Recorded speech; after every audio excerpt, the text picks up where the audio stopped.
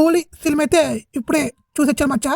ఇంకా ఈ కూలీ ఎలా ఉందంటే సూపర్ ఎక్సలెంట్ అని కానీ ఓకే, నాకు జస్ట్ నచ్చిందంతే. అంటే వన్ టైం వాచబుల్ సినిమానే చెప్పుకోవచ్చు.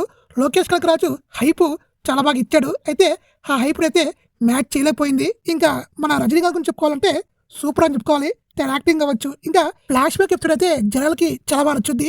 మన రజనీకాంత్ గారిని ఏఏలో చాలా బాగా చూపించారు. ఫ్లాష్ బ్యాక్ చిన్నదైనా చాలా గట్టి ఇంపాక్ట్ వేస్తుంది.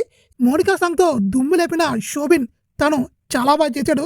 ఈ సినిమా తర్వాత మరిన్ని సినిమాలు అయితే వస్తాయి, డౌటే లేదు. అందరికన్నా శోభిన్ విలన్ రోల్లో చింపిపడి తిప్పాడు. నాకైతే శోభిన్ క్యారెక్టర్ చాలా బాగా నచ్చింది వీళ్ళందరికన్నా. ఇంకా బాలీవుడ్ నుంచి అమెరికన్ గాని తీసుకొచ్చారు కానీ ఇంపాక్ట్ ఉండదు. ఏదో సినిమా బాలీవుడ్ కల్చర్స్ కోసం పెట్టారని మనకి క్లారిటీగా అర్థమవుద్ది. ఇంకా మన కింగ్ నాగార్జున గురించి చెప్పుకోవాలంటే ఏదో చాలానే హైప్ ఇచ్చారు. నాగార్జున క్యారెక్టర్ అంత ఇంపాక్ట్ అయితే లేదు.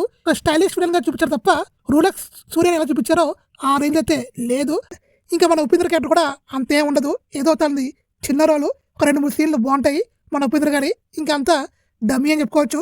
ఇంకా శృతి హాసన్ చాలా బాగా చేసింది. శృతి హాసన్ సినిమా అంతా ఉంటుంది, చాలా బాగా చేసింది. ఇక సినిమా ఫస్ట్ హాఫ్ బాగుంటుంది, సెకండ్ హాఫ్ కొంచెం డల్ అయినా క్లైమాక్స్లో అది కవర్ అయిపోద్ది.